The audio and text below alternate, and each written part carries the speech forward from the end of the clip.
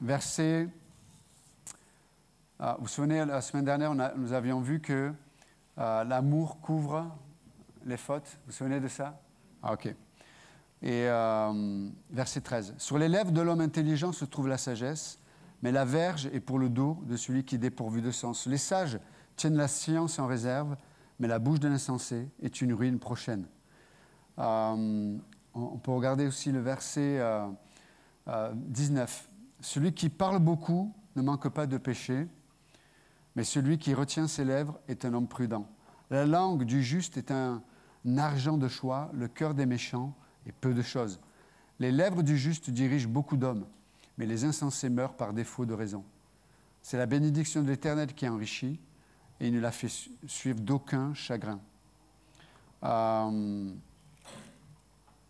Verset 27. « La crainte de l'Éternel augmente les jours, mais les années des méchants sont abrégées. L'attente des justes n'est que joie, verset 28, mais l'espérance des méchants périra. » OK. Et le dernier verset 32. « Les lèvres du juste connaissent la grâce, et la bouche des méchants, la perversité. » Donc, on peut voir dans la fin de ce chapitre, évidemment, il y a plein, comme le disait, je ne sais plus qui, mais en tout cas, c'est hier, Pasteur Jean, lorsqu'il a fait l'étude du proverbe. Mais voilà, à partir du chapitre 10, il y a des groupes de versets qui ne sont pas forcément en lien les uns des autres, mais qui donnent une sagesse, qui donnent des principes spirituels qui sont extrêmement importants. Mais là, on peut voir que le sujet, c'est la langue, et de voir que l'Écriture appelle ça les méchants, mais beaucoup de gens vont communiquer, vont parler, mais ce qu'ils vont dire ne sera pas approprié. Ce sera pas édifiant, ça ne va pas construire l'autre. Ça va même faire le contraire, en tout cas, ça va amener encore plus de problèmes dans certaines situations. Donc, il parle du sujet de la langue en disant que des fois, notre langue est juste l'expression de quelque chose qui manque quand on est seul avec nous-mêmes, ou quand la langue, souvent, elle reflète ce qui occupe nos pensées. Je vais aller plutôt dans ce sens-là. La langue, très souvent, va exprimer ce qui occupe nos pensées.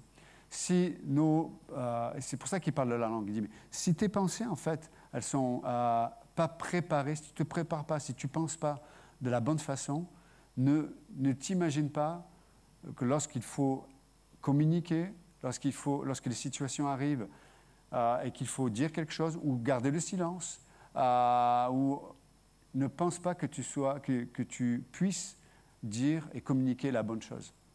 Et combien d'entre nous, et on peut le voir dans les familles, on peut le voir dans des relations, combien d'entre nous, il y a des étiquettes qu'on peut mettre sur les autres, des étiquettes qu'on a malheureusement s'est mis soi-même sur notre tête parce qu'on communique de la mauvaise façon. Et on communique de la mauvaise façon parce qu'il n'y a pas de préparation dans notre âme. Et vous savez, on est dans un monde on est dans un monde où nous sommes aspirés à être superficiels. Ça veut dire qu'il n'y a pas de pensée qui s'enracine dans des choses profondes. Il n'y a pas de réflexion. Il n'y a pas de réflexion, il n'y a pas de remise en question. On ne laisse pas le Saint-Esprit, des fois, nous changer notre façon d'aborder ce que l'on vit, ce que l'on voit, et de penser avec Dieu. Il n'y a pas tous ces éléments qui sont essentiels. Et c'est ce que dit Proverbe. Il dit, le juste, celui qui est sage, garde comme un trésor la sagesse. C'est-à-dire, elle est là, et puis on pense avec Dieu, on réfléchit, on laisse Dieu nous parler. Et qu'est-ce qui se passe? C'est que ça va harmoniser mon âme. Dans mon âme, il y a mes émotions. Dans mon âme, il y a ma façon de raisonner, de voir les choses. Dans mon âme, il y a mon identité. Dans mon âme, c'est là où se structure ma façon de voir les autres par rapport à ce qu'ils font, ou ce qu'ils disent, ou ce qu'ils ne font pas, ou ce qu'ils ne disent pas. Dans mon âme, il y a tout ça là. Et on a besoin que tout ce qui est en nous, dans notre âme, soit harmonisé, soit en unité avec la pensée de Dieu. Parce que c'est dans la pensée de Dieu, dans la parole de Dieu, qu'il y a la puissance du Saint-Esprit. Mais malheureusement, quand le croyant ne le pratique pas, ne le vive pas, et du coup, on se retourne dans une situation où on est constamment en réactivité. action. Et le mot en français est clair. Réaction, ça veut dire que je réagis ou j'agis en fonction d'une action de quelqu'un. Donc je suis esclave ou je suis prisonnier de l'action d'une situation ou des paroles ou de ce que les gens font. Je suis en réaction. Pourquoi en réaction? Parce que je n'ai pas de racine. Et pourquoi je n'ai pas de racine? Parce que je ne prends pas ce temps pour penser avec Dieu, être occupé avec ce que Dieu dit. Parce que j'aimais, Sophie en a parlé, mais toi aussi, sur qu'est-ce que l'Esprit dit à l'Église ce matin. Tu parles du temps de Dieu. Mais là, on parle du temps de Dieu. Dieu veut nous laisser du temps, veut nous donner du temps pour penser avec lui, réfléchir, dire qu'est-ce que j'ai reçu dimanche, qu'est-ce que Dieu a dit, qu'est-ce qu'on a entendu lors du séminaire. Et ça, c'est essentiel, pourquoi? Parce que ça va donner de la latitude au Saint-Esprit en toi pour t'amener à voir différemment, à raisonner différemment. Vous savez, chaque culture a ses bons côtés, mais chaque culture a ses mauvais côtés vis-à-vis de Dieu. Si on pense à la culture française, qu'est-ce que vous pourriez dire d'un trait de la culture française qui s'oppose quelque part souvent à la pensée de Dieu? Vous avez une idée? Oui, Alain? Alors, je vais aller plus loin. C'est le rationalisme. Parce que le fait d'être rationnel, c'est bon, la raison est bonne. Mais l'enfermement dans la raison, le rationalisme, effectivement, c'est l'élément qui structure la culture française depuis le siècle des Lumières, d'ailleurs, entre parenthèses. On s'est élevé par la raison contre la religion à l'époque catholique. Et donc, nous, on a cette culture enracinée dans le rationalisme. Donc, tout ce qui échappe à la raison, c'est-à-dire que si ce n'est pas logique pour moi, si ma raison, ma petite boîte crânienne, là, elle ne peut pas définir les choses, elle ne peut pas comprendre les choses, assurément, ces choses ne sont pas vraies ou ne sont pas possibles. Or, la Bible, elle parle de Dieu. Donc, par définition, si on parle de Dieu, on parle de choses qui sont extra-rationalité. Ça va au-delà de la rationalité. Jésus a marché sur l'eau. Moi, personnellement, je n'ai jamais vu quelqu'un marcher sur l'eau. Je ne sais pas vous. Okay. La Bible parle de résurrection. Je n'ai jamais vu un mort ressuscité. La Bible parle de multiplication des pains. Je n'ai jamais vu. Et ce qui s'est passé avec le temps, notamment chez les protestants, on appelle ça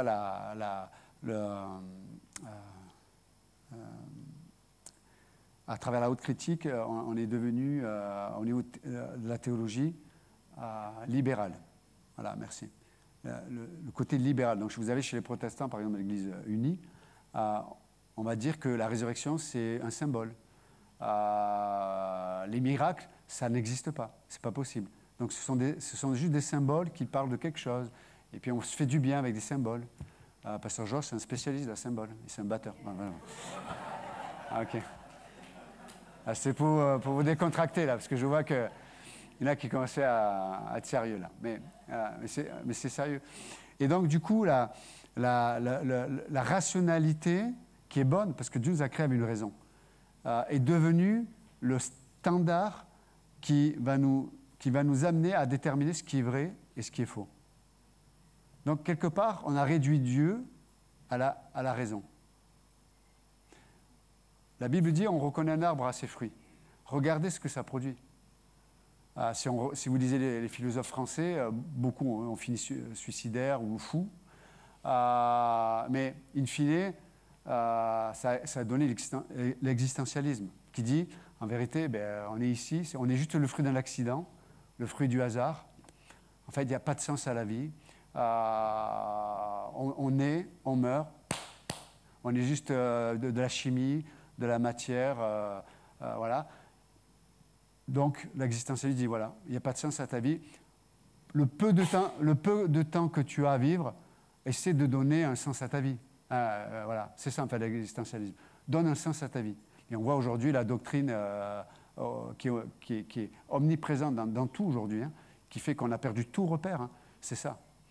Mais mes amis, je tiens à vous dire que c'est faux. C'est faux.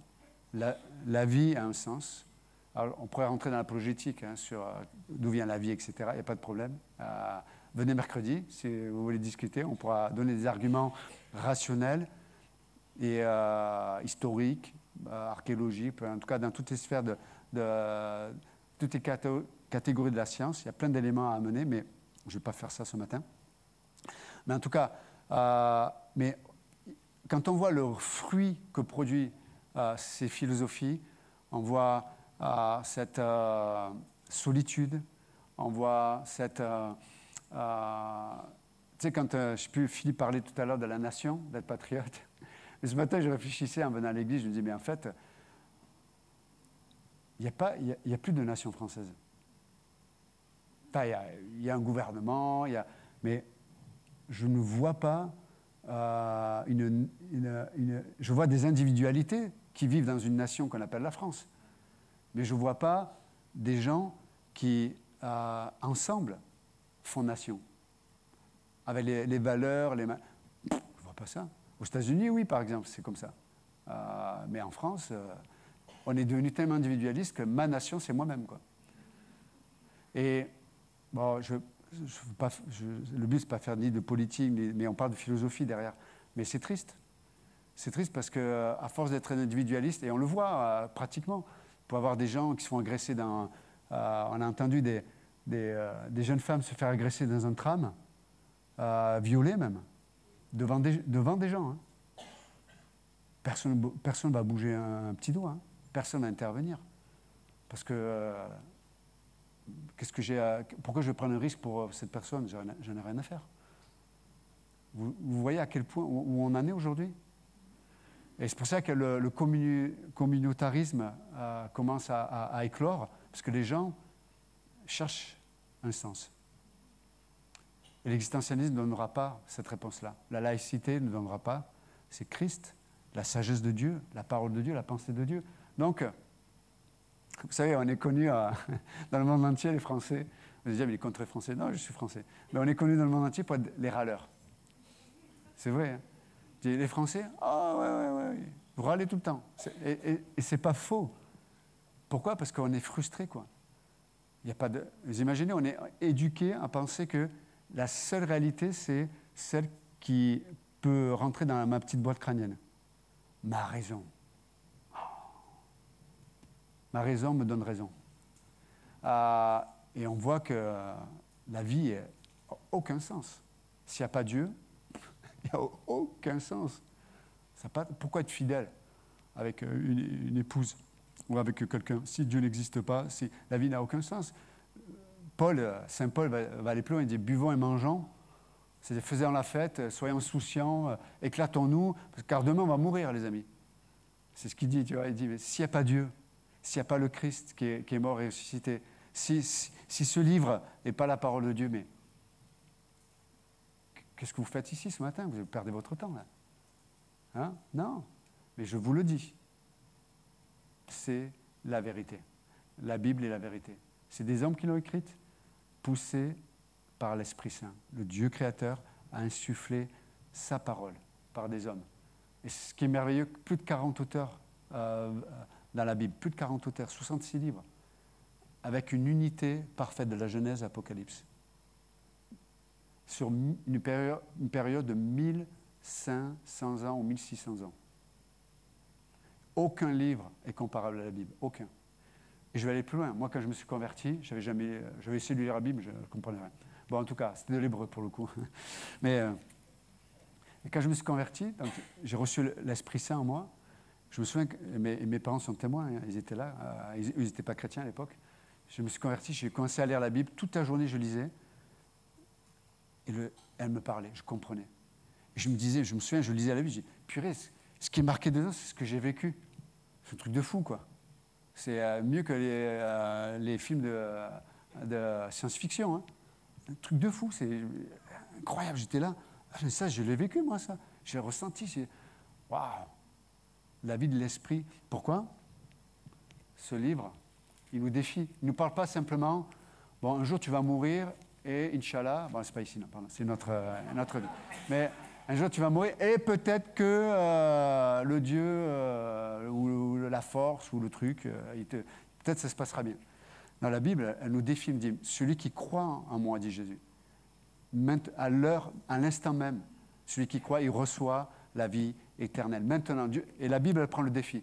Moi, je te défie. Tu crois que c'est vrai ou tu ne crois pas que c'est vrai?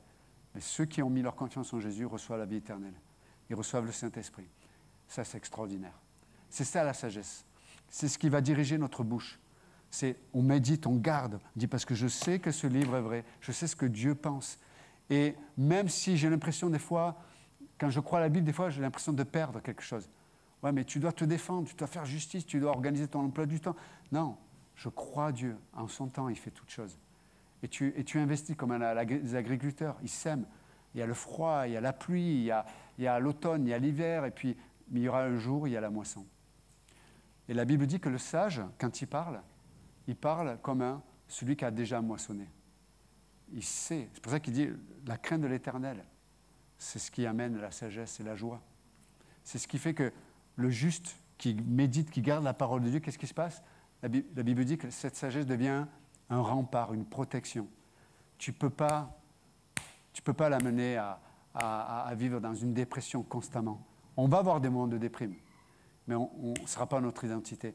Les blessures du passé, du présent, peut-être de l'avenir, on a un rempart, on a la parole de Dieu. Les défis de la vie, la maladie, la mort, nos enfants, des fois, il y a des difficultés, des incompréhensions, des défis de relationnel. On a un rempart, la sagesse de Dieu. Pourquoi? Parce qu'à l'intérieur, quand j'étais seul, je ne suis pas resté seul avec moi-même, mes pensées. J'ai gardé ce livre. Le sage, la Bible dit, il voit la sagesse comme un trésor. Trésor. Et regardez ce verset, je finis avec ça, parce que je crois que on ne l'a pas lu, mais on va le lire ensemble. Proverbe donc 10, verset 14. Les sages tiennent la science, ou la sagesse, comme un trésor. C'est en hébreu, c'est ce que ça signifie, la cache. Mais la bouche de l'insensé est une ruine prochaine. C'est-à-dire, l'insensé parle, mais derrière, il n'y a rien. L'insensé, c'est celui qui parle. Tu sais, les gens qui disent « Écoutez bien, ce que je dis, moi, je tiens ma promesse. » Et puis, quand ça coûte vraiment quelque chose, il est où? Il est parti, il a disparu. L'insensé a des paroles, mais il n'y a pas de racine, il n'y a pas quelque chose de solide qui fait que tu peux lui faire confiance. Vous comprenez? Par contre, le sage, il garde la science, il garde la parole de Dieu. Et qu'est-ce qui se passe? C'est la vie de Dieu en nous, le Saint-Esprit en nous, qui fait qu'on va être intègre, qui fait qu'on va être fidèle, qui fait qu'on va pouvoir aimer, qui va nous amener à avoir cette joie au milieu des tempêtes, qui va faire qu'on va être contrôlé par Dieu lui-même dans des situations qui sont complètement incontrôlables. Le sage garde la science comme un trésor. C'est quoi ton trésor ce matin? C'est quoi mon trésor? Alors, on en a plein, hein? Mais ne te trompe pas de trésor. Parce qu'il y a des trésors qui vont t'amener à avoir des racines et à avoir un rempart qui va te protéger, te garder.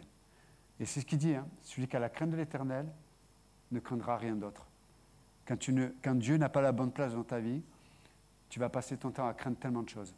Crainte de ton passé revienne, crainte de ton avenir, crainte de ton présent, crainte des autres, crainte de soi-même, crainte de... Il y a tellement de craintes, de phobies qu'on pourrait faire un livre juste en donnant des mots sur ces diverses et variées craintes que l'homme a. Et plus le temps va passer, puis il y en aura des nouvelles. La Bible dit que celui qui craint l'Éternel, quand il parle de la crainte de Dieu, ce n'est pas cette crainte de prendre un coup, hein. C'est ce respect et cette reconnaissance que ce qu'il dit est vrai et qu'il est vraiment là. Quand j'ai cette crainte-là, Dieu va t'épargner beaucoup, beaucoup d'angoisse, beaucoup, beaucoup de craintes qui ne sont pas nécessaires. Et quand tu vas craindre, ça va arriver. Ça vous arrive de craindre? Ça vous arrive d'avoir des angoisses? Ça vous arrive de douter?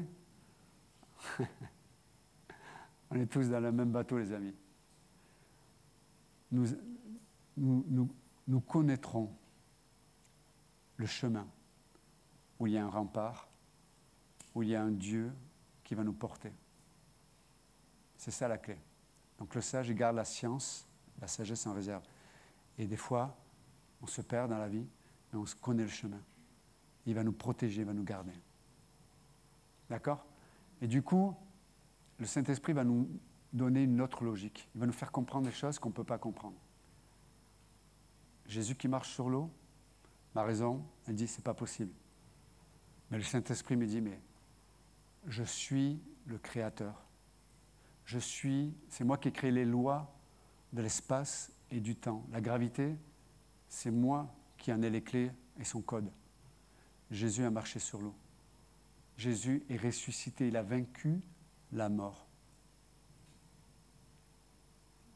L'espace, le temps, la matière, l'énergie, c'est Dieu qui l'a créé. Il est maître de sa création. Comprenez ça? C'est très important.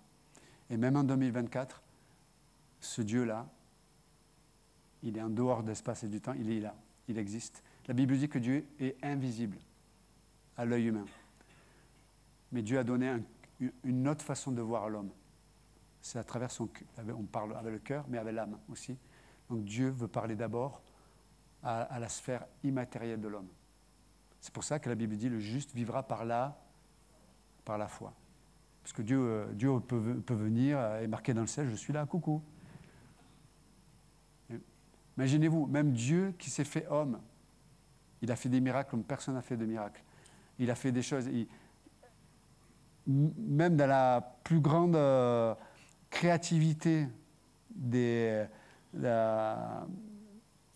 on va dire des êtres humains, que ce soit les écrivains ou ceux qui font des films, ce que Jésus a fait, c'est plus que Superman, c'est un truc de fou, quoi. Ce Dieu-là qui s'est incarné, mais même au milieu de ce Dieu-là qui faisait des choses incroyables, la plupart des gens n'ont pas cru en lui. Pourquoi? Parce que c'était incroyable. Et comme mon Dieu, c'est ma raison, beaucoup n'ont pas mis leur confiance en lui. Qu'est-ce qu'on veut faire ce matin? Est-ce que vous voulez continuer à avoir votre raison comme Dieu, ou dans l'humilité et dans les yeux de votre cœur, dire, Seigneur, je ne comprends pas, mais je crois que ce que tu dis est vrai. Parce que ça marche. Et parce que je peux voir dans la vie des uns et des autres que c'est vrai. Amen? OK. OK, Seigneur, merci encore ce matin pour ta parole. Merci pour ta sagesse. Merci parce que tu es ce Dieu invisible, mais qui veut se rendre visible.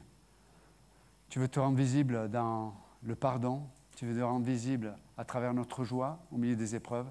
Tu veux te rendre visible parce que tu nous amènes à être contrôlés par ton esprit et au lieu d'être dans la panique, au lieu d'être dans la colère, au lieu d'être dans toutes ces craintes qui nous font agir de façon irrationnelle, tu nous dis, je te donne par mon esprit le contrôle qui fait que tes émotions, tes raisonnements et ta bouche ne va pas dire des choses que tu vas regretter. Donc merci Seigneur pour ton esprit. Merci parce que tu as dit, il est bon que je parte vers le Père afin que je vous envoie le Saint-Esprit. Merci Seigneur. Aide-nous à nous accorder avec ton esprit qui vit en nous. Et si ce matin quelqu'un n'a pas reçu l'Esprit de Dieu, si vous êtes peut-être croyant ou pas, mais peut-être vous n'avez jamais reçu le Saint-Esprit, ce matin, je vais juste vous donner l'occasion de l'accepter ce matin. Vous pouvez juste prier et répéter peut-être mes mots dans votre cœur, dans vos pensées, de dire, Jésus-Christ, je crois que tu es mort pour mes péchés. Je crois que tu m'as tellement aimé que tu es allé là où personne n'a pu aller, mourir pour quelqu'un qui est coupable. Et c'est moi qui suis coupable. Et tu es mort pour moi par amour. Je crois que tu es mort, mais je crois que tu es ressuscité, que tu es vivant aujourd'hui. Je t'accepte comme mon sauveur. Viens dans mon cœur, viens dans ma vie. Je veux te connaître. Et si ce matin vous avez fait cette prière, peut-être avec vos mots, la Bible dit que c'est par la foi et que vous l'avez confessé ce matin, que vous avez fait cette prière. Mais la Bible dit que la part de Dieu, c'est de vous envoyer l'Esprit Saint, afin que vous puissiez naître de nouveau, non pas de la chair et du sang, mais la Bible dit que vous pouvez naître de l'Esprit de Dieu, et par l'Esprit de Dieu. Donc si vous avez fait cette prière ce matin, confessez-le, dites-le à quelqu'un, dites-le à la personne qui vous a invité ou à un pasteur, dites-le afin de marquer dans votre histoire personnelle que vous avez pris cette décision de foi concernant le Christ. Donc, merci Seigneur de bénir le reste de cette journée et merci pour ta fidélité et ta présence dans nos vies. Au nom de Jésus, Amen. Que Dieu vous bénisse. Merci.